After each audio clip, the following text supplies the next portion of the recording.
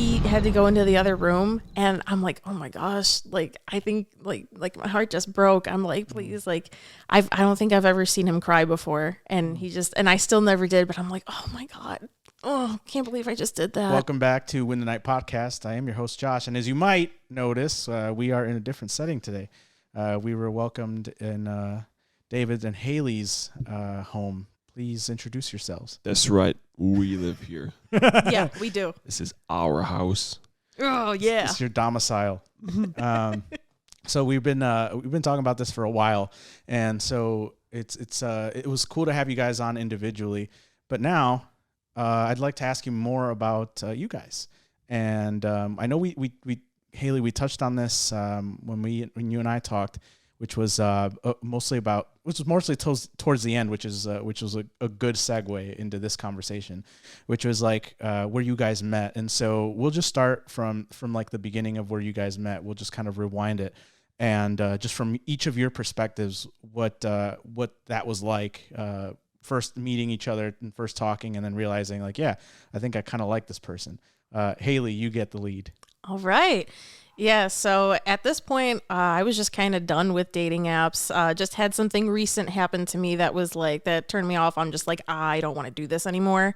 So I'm like, I'm going to give it one more try. And if this doesn't work, I got to find something else. And it was funny, the first message that I sent to him, because he actually liked my profile first. It just took me a little while to get there, but I got there. And my first question was, hey, do you like the Beatles?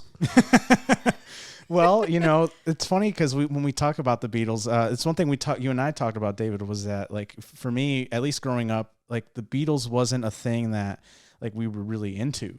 And so it's funny that you asked that question, because you asked it at a time where I think David was already like had evolved his musical taste, because that's one thing that we talked about after like high school, and we kind of moved on from high school. Both Nick and David kind of developed a different musical taste. And so it's funny because if you would have asked that while we were in high school, I don't know what answer would you have given? No. I despise them. And so before we get any more into detail, how long have you guys been together, first of all? It's been over 2 years. It's going to be 3 years in this September. Yeah. So 2 years and 5 months? How many months since September has it been? 4? I'm not good at math, so December, January. About 30 months. All right. 30 months. Oh, 30 okay. months. We just went for 30 months. You're like one of those parents. You're gonna be one of those parents that like, he's like 150 months. It's like that's a whole adult. 16,000 weeks old. Yeah. Okay. So then, David, what made you interested in her? I saw the guitar. She had a guitar photo on her profile, and my first words were, let's jam. Yeah. It was just kind of one of those throwaway lines, because on those apps, you just kind of throw out whatever. Who cares? It's just crapshoot. Throw out whatever. So I just said, let's jam, and didn't think much of it. And then I got the Beatles question. I was like, ooh. Because I stopped like hating them, but I didn't listen to them ever. So I was like, what'd I say? I was like, I forget what I said exactly. You just said that you don't really listen to them too much. I was at an American English concert when I messaged them, so that's why I'm like, oh, Beatles, hey, let's do this. Yeah. Like what got the conversation going besides like the Beatles? Was there a point where you guys were like, okay, yeah, I checked all the marks off that person. Hayley, you go first. Yeah. So first, when he said no to the Beatles thing, I'm just like, we're gonna work on that. We can work on that. Okay. So I mean, we just kind of like talked in paragraphs like every day about like music. We were just really passionate like overall about music. So, and we both like progressive rock and. Yeah. As soon as I got the message that was like paragraphs, I was like, okay, this is going somewhere. Because usually in those apps, people send like one word or like one sentence. And as soon as you send paragraphs, it's going to work. Definitely. It'll at least lead to something else, because like if the conversation can take off of like, I'm good. And like, and it's like, oh, what are you doing today? Nothing much. You? Yeah. Like if you can get past those like hurdles of like meeting people who don't who want you to carry a conversation without them putting effort in. I think that's like the first. Okay, so that's the first check mark for you guys, right? The conversation, you guys got paragraphs. Was there anything else where it's like, yeah, let's meet? Was there a moment for you guys where it's like, yeah, I think we're gonna go to the next stage for this? Well, I know we both like going to concerts, and I guess that kind of goes back to the music thing. But Yeah. I think we might have even talked about comedy a little bit too. So it's already like, well, there's already these things that we like to do with our family, with our friends. So like, why not try to do those together? Right. And, you know, you mentioned your love for cream cheese. I was like, Oh, oh, yeah. yeah. I think we talked about Simpsons Hit and Run too. Yeah, Simpsons Hit and Run. And Oh, I yeah. remember, I forget who I said this to, but like before we even met, I was in the car with someone. I was like, dude, I think I found my soulmate. Because of the cream cheese and the Cream cheese, hit and run, man. Hit and run. That's all you needed, huh? That's all I need. Yeah. No, I mean, to be fair, like at least like I'll say this from my perspective, David isn't the type that like really needs a lot.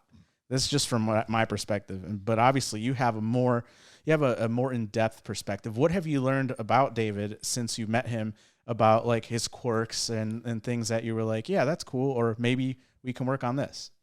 Yeah, definitely his funny noises. I laugh at everything, so it's just like, it's fun being with somebody who makes me laugh literally like every 5 minutes. It's entertaining. It makes life entertaining. Yeah, David's a soundboard, isn't he? Yeah, Oh yeah. most definitely. Like, especially like as we got into the relationship more, it's like a video game where you unlock new levels or unlock new things. Like I unlock new sounds because Yeah. you're getting more comfortable with me. That's funny.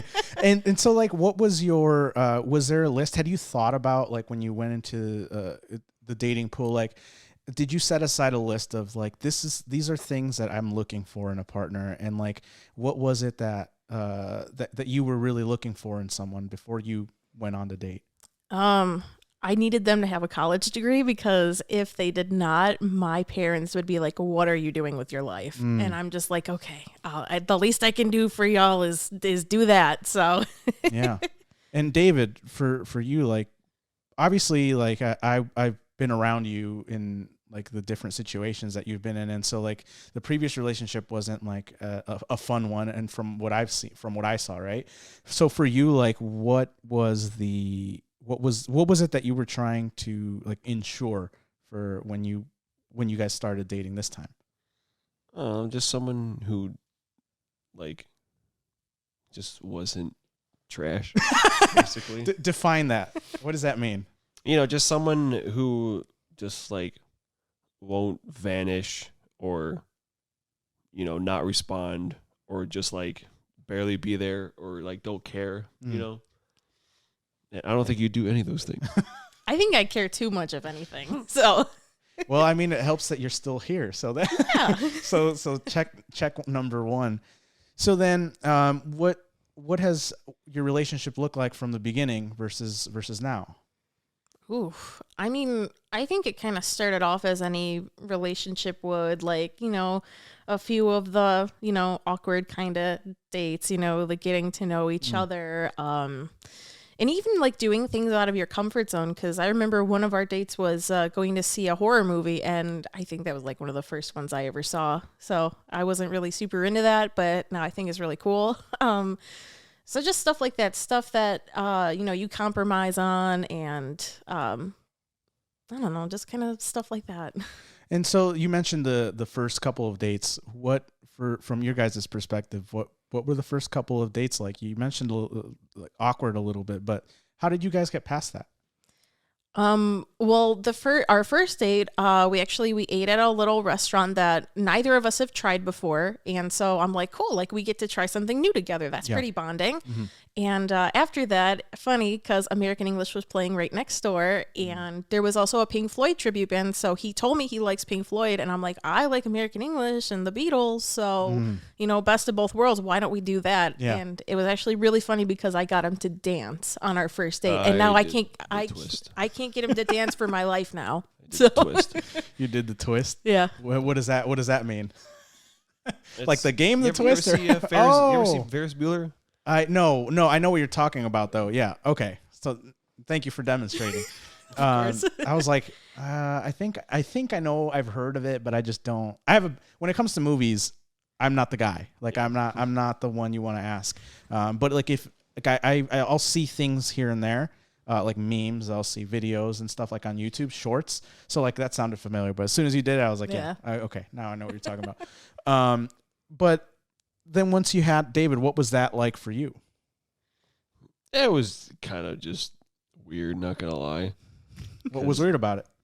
Because I don't do that kind of stuff, man. So what made you? I wanted it to go well, so I did. I don't know. It was just kind of a fun time. Do you regret it? No, I mean, the first date's a first date. You know, it's supposed to be like crazy. And so then, okay, well, I mean, starting off by you went to a new restaurant you tried together, and then you got David to dance. What brought on other dates? What was like, yeah, I think I want to go on another date?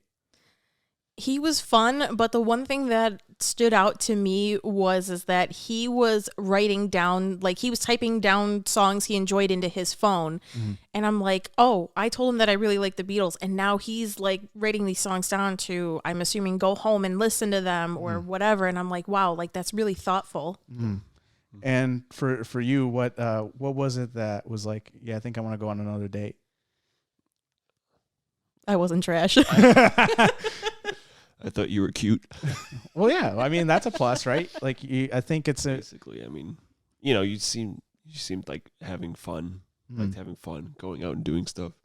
Yeah. And liked listening to me ramble about whatever the hell I was rambling about. You were telling me about, like the history of like some of the Pink Floyd stuff. I did. You seemed like you were happy when you were talking about that stuff.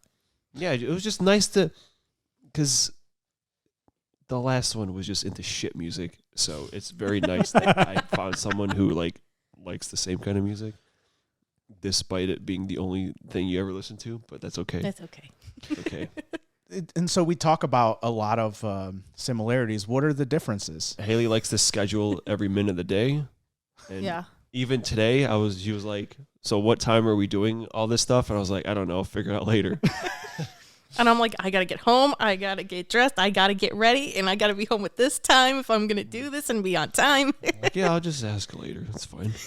And so, Hayley, what's the thought process for you? Like, what is it that, is it something satisfying about it? Is there like anxiety to not do it? What is the motivation behind that? Lots of anxiety, because it's nice to know that, like, if I know that, like, this sounds horrible, but like if the week is scheduled out, I know how much time I'm going to get to spend with him.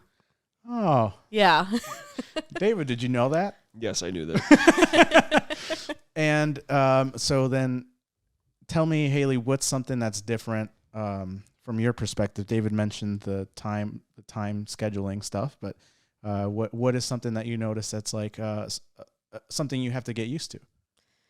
Probably being by myself more often than normal. And it was weird because I think in the beginning, like when he was off, like either with his friends or at work, and I was by myself, I think maybe he felt a little pressured because when I was home, I wasn't really doing anything. I was just like on TikTok or whatever for a really long time. Yeah. But like at the same time, that made me content, and I wasn't necessarily like waiting for him to come home. I was just, passing the time because I'm kind of lazy sometimes. Yeah. And so you spend more time alone. What was life like? You mentioned like the differences before you guys were dating, that you didn't spend as much time alone. Were you spending more time like with family, or what was that? Yeah. So like with COVID and everything, I think that really messed me up, because beforehand I was so used to being alone and my parents were at work and it was nice. But then once COVID hit, both of my parents are always home all the time, and I was always home all the time. So then it's like when I moved out of that setting and, you were hanging out with your friends, like when you didn't have a job for a little bit, I'm just like, oh, I'm alone again. I like truly forgot what that felt like. And what was the challenge for you there is what were you feeling when you noticed like, hey, I don't have as much people as I had before? I felt really anxious because like one of my worst fears is people forgetting about me or me being left out of something. So I felt like with that happening, I'm like, oh, like my dad like always wanted to spend time with me and proactively like sought me out to spend time with me. But then David was with his friends. So I'm like, oh, like he forgot about me. Okay. This is not good. Mm-hmm. David, how did you manage? What did you do around to like manage that? I mean, I think you know this. I tend to like to spend time alone a lot. So I kind of just had to force myself to not be alone all the time. And anytime I'm not doing something with someone, I'm like, we're together, hanging out on the couch or whatever, wherever we may be, just trying to be here more. Because I have a lot of things, I do a lot of stuff. Yeah. And so what's was it challenging for you to accommodate to just not being enclosed? Because that was one thing that we talked about when you and I lived together, is that you were just in your room a lot. And I mean, I was too, and it's something I had to grow out of, because at some point, when you're in a relationship, you have to work your way out of that. So like, what was the challenge for you? Is how long did it take you to get accustomed? Like, what did it take for you? I mean, it's just because you go to bed at 8. Yeah. So I stay up to about like 10:30, 11. So I still get like a couple hours every night to myself. So it's not like it's gone completely. But yeah, it's just kind of trying to get used to a different style of life. Yeah. And do you feel like you guys have adapted well? Does it feel like you guys are still adapting in terms of to each other, or do you feel like you've reached like a balance? I mean, at least for me, like I was in therapy for a little over a year, kind of trying, like that was one of the big issues I was trying to work out. And I mean, I'm still continuing to like take anxiety medication. So I think that, I'm definitely not as anxious when stuff like that happens. And I'm like really, really proud of that. So, I think I've worked a lot. I think I still got a little bit of work to do, but I think I've made a lot of progress. And then can I just ask about to that specifically for anybody that's watching that deals with anxiety? I'm one of those people that deals with a lot of anxiety. It runs in my family. Just about any family member that I can think of has some form of like anxiety, where it's you're constantly thinking of what if this, what if that. And so for you, what was the process like to, you mentioned therapy. Was it in therapy where it was, suggested like, hey, maybe some anxiety medication will help? And what was that process like? Yeah, so that was one of the first things that my therapist suggested. He's like, yeah, you should do therapy, but you should also take medication. A lot of patients have found that combination works well for them. And at first I was like, no, like I don't want to take them. Like I don't want it to alter my mental state. Like I want to, still try to think logically, and I want my personality to still be here. So I was scared that it was going to like just completely like change me in a really bad way, to the point that I would lose myself. Right. And so it took me a while to want to go and actually seek medical help for that. But eventually it just got to the point where I'm like, I literally cannot take this anxiety anymore, and I'm going to do anything I can to stop it, or just try to at least decrease it. So then I did. I went to the doctor, and I mean, we tried a few different dosages, a few different medications, and, now we finally landed on one that's, pretty solid so far. So it's, it's definitely a tough decision for some people. Others, it might not be. Mm-hmm. And how did it, how we talked, you mentioned the anxiety about that it might change you. Do you feel like it did? And if it did, how? And if not, what do you think it did? I think it changed me for the better, because there was one point where I would have panic attacks either every morning or every night. Mm-hmm. So, and now it just maybe once in a great while that happens. And I feel like I can be more relaxed and more in the moment, and more happy in general now. What do you think brings on like panic attacks for you? What would be a scenario in which you're like, yeah, that would be it? So it used to be where like if something changes last minute, like it could be anything, little or big or anything, that would bring it on. But I was diagnosed with panic disorder. So that means that I could just get a panic attack even as I'm sitting here now, just not anxious, like relaxed completely. So there doesn't even have to be a trigger. I see. And the medication, do you feel like it helps keep them away, or do they still happen when you're on medication? they happen once in a great while, but it's nothing to the point that I'm concerned about, because I know that every once in a while, I know that that's perfectly normal. But if it happens every single day, like, that's not normal. Yeah, I'm curious, and the reason why I'm asking is because I've heard the rumor of that as well. Of it alters your state of mind, but also that it makes you numb. Is that something that you notice or experience? No, I still experience anxiety, a little bit, like every day. Anxiety is a little bit. I still feel happiness, sadness, anger, like joy, everything. I still feel everything. Okay. And David, to turn it back to you a little bit. Well, wait, before I do that, did you start the medication when you guys were dating or before? After we were dating, yeah. Okay. And so then, David, did you notice a difference?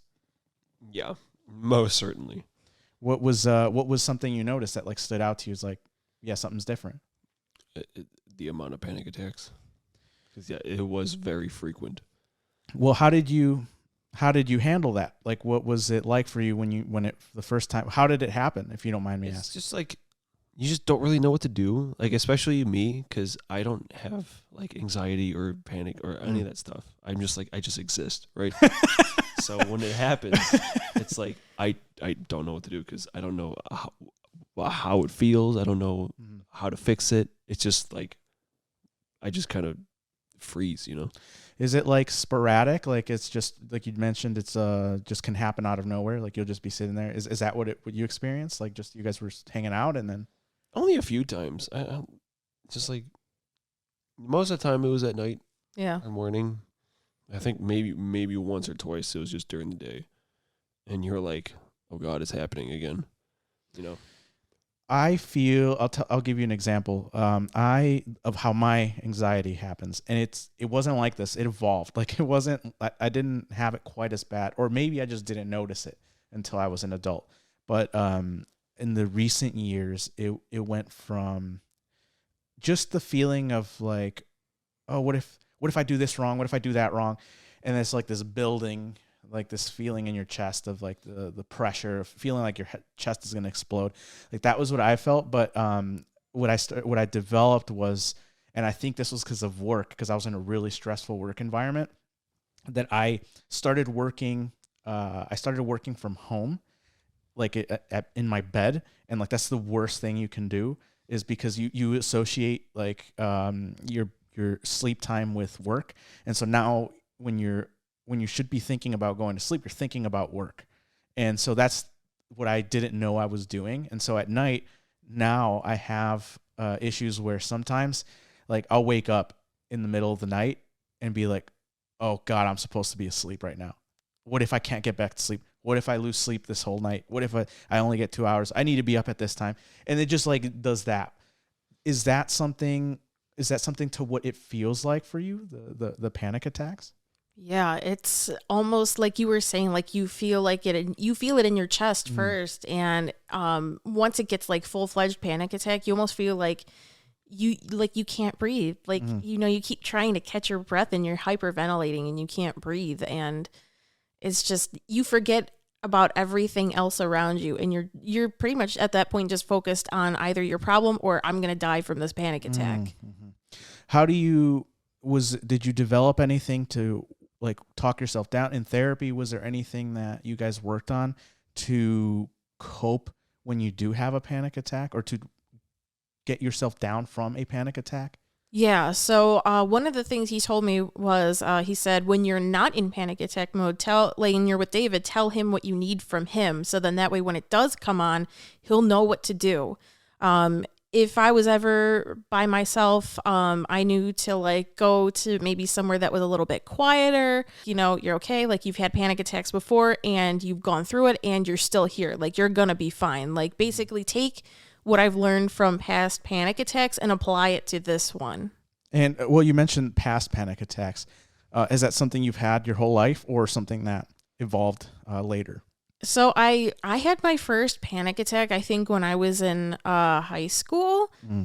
And I didn't even know what it was until I kind of like researched it a little bit more. But like me and my dad, we were at the zoo for a Christmas thing and we were at the petting zoo, and all of a sudden all these kids like run over to this animal that I was petting. I think it was a goat. And I backed away, and I'm like, it was just too much for me to handle. Like, I felt like I was being surrounded, like, even though I was like older than everybody else, but I'm just like, oh my gosh. And then I started feeling the chest. I was crying. I'm like, what just happened? Okay, so it's like the walls are closing in type feeling. Okay, yeah. What was the process like? What made you guys say, hey, yeah, let's live together? What was that conversation like? What made you guys want to do that? Our lease was ending, right? Right. And we you guys talked about like Hayley's home life. So she needed to leave. So it was just kind of like, fuck it, let's just move in. It's been like 6 months. Yeah.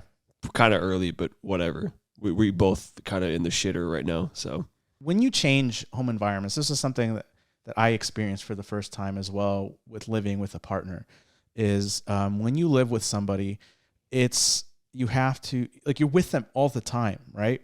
And so you have to get used to, now you're in a new environment. For me, I was happy to be in a new environment, like anything but what I was experiencing before, right? And especially if you, like we mentioned, like the home life, if that's gone, right? Like leaving is the best thing that could happen.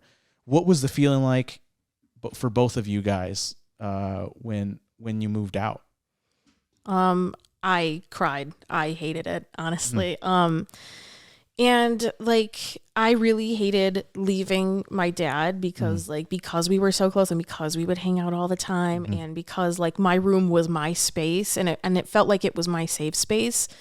And now I didn't have either of those things under the same roof anymore. I'm like I felt like I was kind of like abandoned almost, even though I did this like willingly. I'm like, what did I just get myself into? Because I had never lived in a dorm. I lived with my parents for 22-ish years. So my whole life. Yeah. I didn't know anything else. And so that was actually when I noticed my anxiety, coming out more than it had in past years. And for you, David, what was the moving in experience like? Because I was fine. The only real difference was, oh man, I don't get my own bed anymore.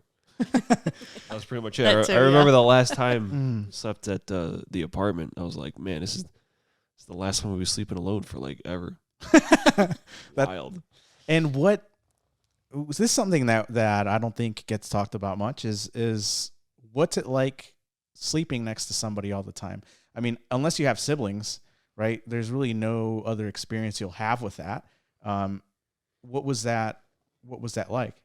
Well, considering that the bed's like really, really small, and I know that we're both used to having our own space, it was kind of like a little difficult to get used to, because I would sleep on one side one night, and then I'd switch over to the other side to see like what we felt comfortable with. And I found that if I'm on the left side of the bed, I can't sleep. I'm just kind of used to it. I mean, you remember how my old bed was in that room? Like, it was tiny. It was like a twin bed, and like my feet would hang off the very edge. Yeah, I remember. I've dealt with that my whole life, so I was fine with it. Did you guys end up getting a bigger bed, or did you just manage? No, he won't get a new one. I just bought that furniture set. When was that? Like 2 years ago? Yeah, it's like when you were sleeping alone. Yeah, that shit was a lot of money, and I'm not ready to drop another couple $grand on another bed set. Yeah, to be fair, I just wish that good bed sets weren't so expensive. Yeah. I think that's one of the challenges. But for me, I'll just tell you my preference. I don't care if I'm next to somebody or I'm by myself. I need a big mattress. I grew up as a kid. I shared everything. Like, I always had a twin size bed. I always had like the small, and obviously I was younger, so of course I had a smaller bed.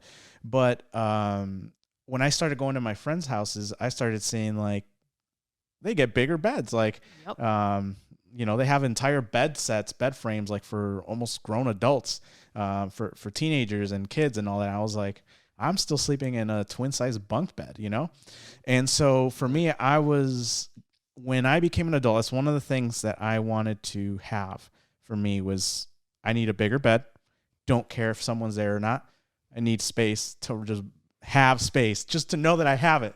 Yep. So then I'm imagining the plan for you guys is at some point, are you going to be okay with getting a bigger mattress? I'll pay for like 30% of it. What is a bigger bed? You pay for it then. I just bought one. Yeah, when you were single. So, well, it's not tiny, dude. It's not that tiny. She's exaggerating. Well, that's because when we moved in here, we got a bigger bed, and then when we go back to the condo, we're gonna have a smaller bed again. So. Oh, so you live here? You have a bigger bed. Yes. Yeah. Okay. So then, yeah, I mean, at least there's time there, right? Because I was going to ask you, how do you manage? I thought you guys were sleeping in a smaller bed right now as we speak. How did you guys manage that when you were staying at the condo? I think it was a little probably awkward at first because I don't think either of us were like kind of used to that necessarily, but eventually I think we both kind of figured it out. But more times than not, I'd be like, "Hey, you were in my spot last night. What are you doing? Get out." Yeah, is there who steals the blankets? We have separate blankets. Ah. And I found that works because I mean, if we don't really share blankets that much, but I think when we did, it was like it's because we prefer different kinds of blankets. Yeah. What's the preference? She needs like 10 of them, and I like the comforter. Yeah, the comforter ones. Not like the super warm one, because if it's too hot, then it's impossible to sleep. I do want to ask Hayley more about. You mentioned with when you moved out that you felt like you were abandoned because you were so close to your dad. How did your parents take you leaving? He had to go into the other room, and I'm like, oh my gosh, like I think like my heart just broke. I'm like, please, like I don't think I've ever seen him cry before, and and I still never did, but I'm like, oh my God, oh, can't believe I just did that. But he still didn't like it, but again, kind of came around to it a little bit more and kind of gave me that support. And so then, did you guys have a conversation? Like a thorough conversation about that, or no? Okay. I didn't want to mention anything. Yeah. Absolutely not. Do you think you'll ever have a conversation about it with him? I mean, I think there's going to be a day where I'm like, it was really difficult for me to move out because I was going to miss you like a lot. And yeah, I think that conversation will take place one day. Yeah. I think sometimes like, I've made this mistake. Sometimes I forget that my parents also have feelings like that. Yeah. And so I have sometimes, thought about, well, I didn't like how you handled this, and so I'm gonna just tell you that how upset I am and blah blah blah, and then not have a place for them to be like, yeah, but I also felt this, and so. I think I've certainly forgotten that. And so I don't think it's like out of the question that, yeah, sometimes, like you think about how you felt about it and you don't look further than that. And then you find out later that, hey, actually they were going through a rough time too, especially if your dad went to another room, right? Because like a lot of times guys do that. It's just like a thing of, we don't cry in front of, other people or in front of girls particularly. And so then you said you had never seen your dad cry ever. No. Was he expressive about how he felt? Oh yeah. Okay. He's the kind of guy where, maybe like if we're going back and forth, maybe we'll both be a little bit emotional at first, but then like we're smart enough to come back after a little bit and kind of just talk things out normally, heart to heart kind of thing. So we talked about how like when you guys moved in, there was that. Do you feel like that's settled, that feeling of like that grief? Do you feel like that's settled, or do you feel like that's something you're still dealing with? I think it's something I'm still dealing with because we weren't even in the condo for a full year and I still wasn't used to it, but I was a little bit more used to it than I was before. And then I had to get used to this house, and then I'm going to have to get used to the condo again. And I hate that. I want a place to call home. I want it to feel like home. Mm-hmm. How soon do you guys know how soon you'll be back in the condo? It's going to be like sometime by June. Okay. So we got a while here still. Have you guys started talking about like preparations for that? Like how you're gonna get. Yeah, I mean, we're decorating the hell out of that place right now. Oh, are you okay? Yeah. What have you done to it? So actually my dad came over and he helped me start putting the lights up, like icicle lights in the living room, and I think that's gonna give it like a nice warm feeling to it. But mentally, I honestly don't know what I'm gonna do, because that's always gonna be the place in my head where I had panic attacks every day. So I feel like, you know, going back to that environment and living there permanently, I'm like, what if this happens again? Is that what if in the back of my head? And David, like, what have you thought about? Like, have you guys talked about that? Like, how you would handle?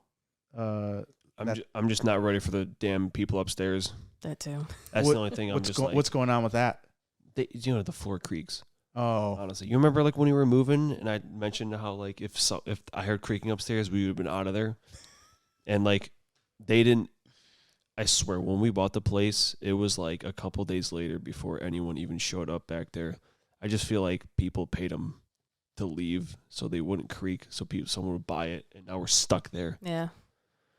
So, well, we bought a megaphone, so we're gonna yell at them if they annoy me, which they definitely will. Kind of excited to use it. Honestly, I'm not gonna lie. I'm just glad we get to piss them off too.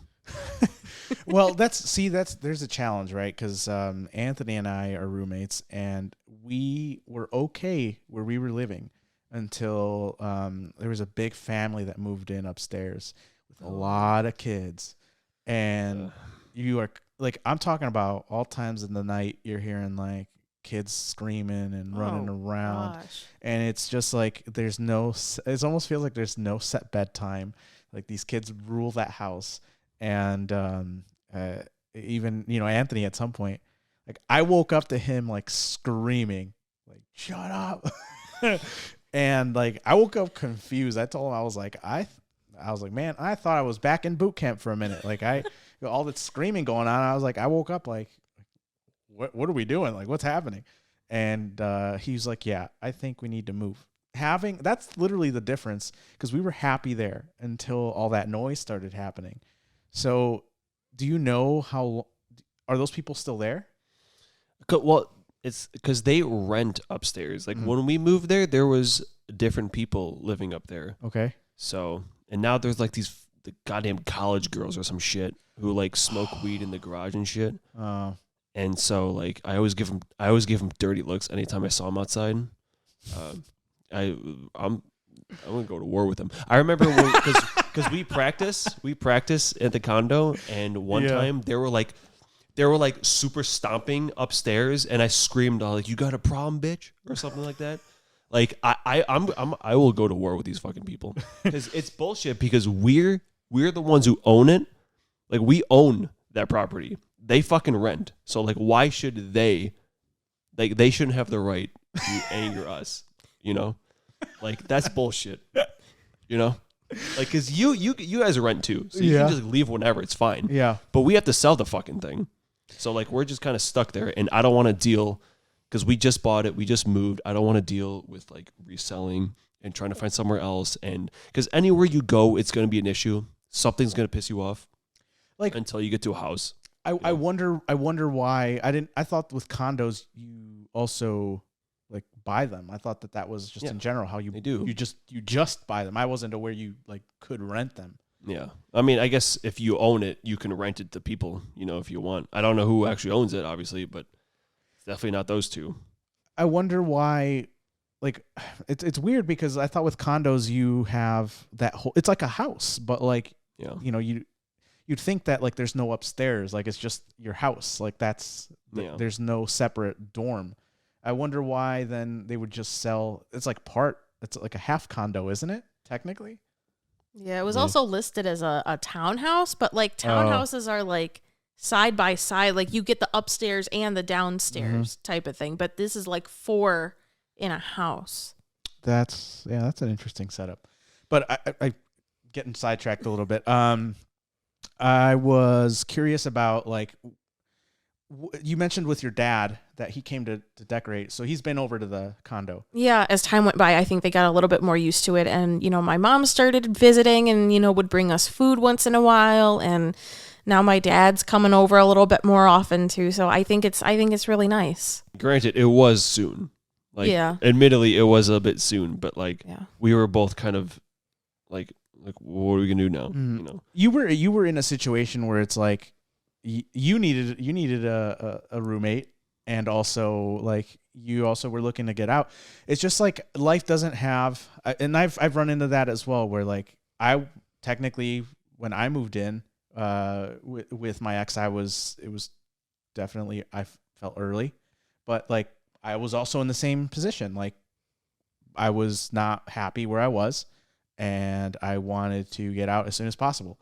And I just happened to be dating somebody at the time. So let's try it, right? Yeah. Because only way to know if it's going to work or not. Exactly. So so I just think like it's just it there's no set time of like sometimes life happens and like you can't plan everything out. I think that's part of the fun of life is like, hey, we have to adapt to scenario curveballs, to life's curveballs, and that's a curveball that happens that like you just don't have control over. Like I need a roommate. I don't have anybody right now that I want to live with other than the person I'm dating. Like there's nothing wrong with that, right? Yeah. I don't think we've really talked much about this. Like we've mentioned that like obviously this is your parents' house, right? Like your mom is in Poland right now, right? Yep. And so what's the plan eventually with the house, to sell it, correct? I don't know. That's up to her, honestly. Like once he comes back in June, we're going back to the condo, and that's it. We're not moving back here for like the third time or second time. And so that's like to be determined then. Is like when she comes back in June, like Yeah. she'll figure that out. How did your mom deal with like you being in a relationship? My relationship with the parents is definitely not like everyone else we know. You know, because like especially with like other Josh, Nick, you, everyone's like so close to their parents, and I'm just like not, because I don't talk. You know, everyone knows I don't speak. Yeah. So it was just kind of, even when I told my mom I was moving out, she was like, "What?" I was like, "Yeah, I'm found a place with Josh. I'm going to move." And he was like, "All right." Bye. Yeah, it's just kind of like whatever. So then there wasn't that conversation of like, hey, this is what's happening. Did she meet Hayley yet? Did you guys? Oh meet? yeah. Oh yeah. What was that like? What did you think? I mean, they get along fine. They get good, you know. Well, maybe Hayley can give me more of an insight. I think my mom likes Hayley more than Hayley's mom likes me. Yes. I think we can that I can confirm. So what happened there? Like, is there like what's the feeling there? Do you know? So I think it's more of a thing like my mom wants David to talk to her. That's a big thing, and I don't talk. Like it's a heart. I it's not in my DNA for small talk, you know? Yeah. Well, we've talked about this in the last episode, was that even when we worked together, people who worked with us was like, when they first met you, they're like, what's up with him? Like, what? He doesn't say anything. And I'm like, give him some time. Exactly. You don't know him that well yet, and he doesn't know you that well. So when he gets comfortable with you, you'll hear more out of him. But if you demand that he talks, or you demand that he says anything to you, he's going to want to talk to you less. Yeah, it's a no-go. And so, yeah, that's just who you are, right? And what do you think? Do you think that there'll ever be like a warm up to that? Do you think like maybe you'll want to try to talk to her more, or are you set on like, this is it? I'm not like set on not doing it. I just can't. I don't know what to say. Like, you know. Yeah. So there's talkers out there, and I'm not one of them. Right. Like other Josh, he can just talk to anyone, strangers, and I'm just like, I can't do that. You know. I think like you've improved on it. It's just that it's like you can't compare like the growth that you've had with somebody else who's able to do that better, who's like spent more time working on it when they were younger, and maybe as kids they were just more socialized, right? you've improved. It's just not, you can't compare it to somebody else's improvement because it's going to look different. It's going to look like less compared to someone who's more social. But I think that it helps to like just step outside of your comfort zone regularly, right? Like just a little bit. Like you don't have to do a lot. It doesn't have to be like hey, let's have them just here and then it's just us, because that's really hard to do. Like maybe just, hey, there's going to be a family function and there's a bunch of people. And I just feel like there's less pressure. Do you think like there's less pressure when you have more people, or would you rather, if you're going to have to talk to them, to just do it in a closed setting? Yeah, I think best bet is to set us up on a lunch date or something. Fair enough. Because if there's like a lot of people, then I'm like, okay, well, someone else can like talk, you know? Oh, I see. I don't have to be the one who does it. Right. I'll just let everyone else do the talking. Yeah. So what do you guys think of that idea? I'm game. Can do that. I think, because I think like, yeah, I think you're willing to do it. It's just that it's uncomfortable. And you just have to get past that. How have you guys managed like family events then? Like, is that something that you just stay away from? Well, we actually had this conversation recently, because we were going to go to a Christmas party on his side of the family. And he was funny. He was actually doing podcasts with you guys, and he came home like an hour or two after the party had started, and I had been sitting there like ready for him to come home, like waiting for him to come home. And I was really upset that he came home late, because I'm like, I was really looking forward to like meeting more of your family and like getting to know them more. And he's just like, well, I really don't care about my family functions that much. So it didn't really matter to me. Whereas like, I really care about my family functions a lot. Did you guys ever hash that out of like how you're going to do that going forward? Yeah. You remember how it went? Not really. Okay, I do. He said, okay, so let's prioritize your family events, and then don't even worry about mine. Like, let's just schedule Mine's yours. just gonna be the sideline. Well, that's were you happy with that? I guess it was a bittersweet kind of reaction, because I'm like, yay, like I still get to focus on my family, and that's great. But at the same time, I'm like, it's kind of like, I felt like it was kind of sad that like he didn't feel the same way about his family. But there again, I'm not used to that family dynamic. So it's like, it's normal for him, and he's like, like it's fine. But me, I'm just like, but why? Like that's no. Yeah, that's challenging, right? Because like you are closer, or at least you have a better relationship, I would say, with your family members than what David had. Were there any other things that you guys have had to learn the differences of and get used to besides family? Because we talked about behaviors, right? Like personalities, the differences in personalities, and how you guys had to adjust the living situations. What was it like? For example, driving. Who likes to drive? Like, because for example, I love driving, and so if I'm ever in a relationship, you better believe I'm gonna be driving. How did you guys handle that? I wish he was like that.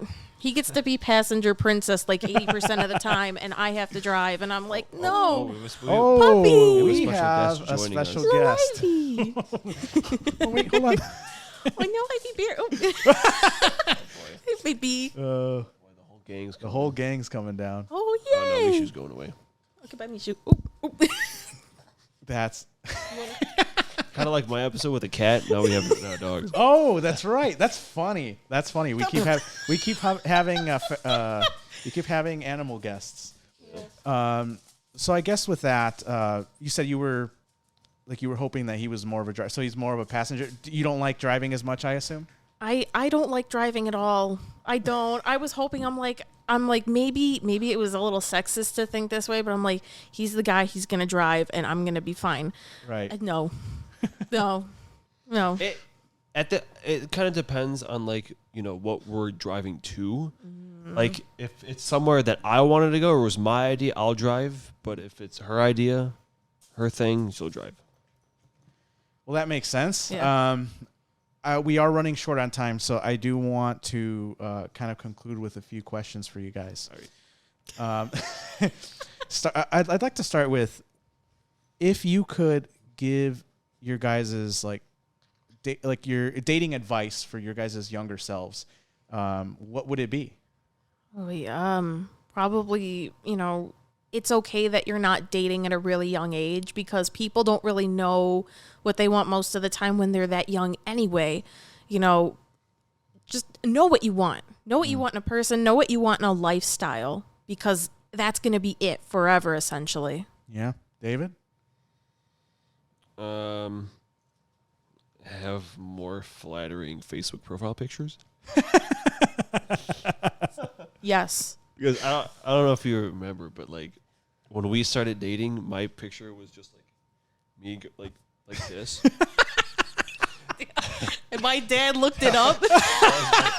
And my mom, they did not want me to date him, but I fought so hard. They're just like, no, he looks like he listens to evil music. I'm like, no, stop it. Did you ever see, there was a YouTube video that I sent you a while back about a guy that like murdered a bunch of people that looked just like you. Oh gosh. And I was like, bro, that looks like you. It's not helping my case.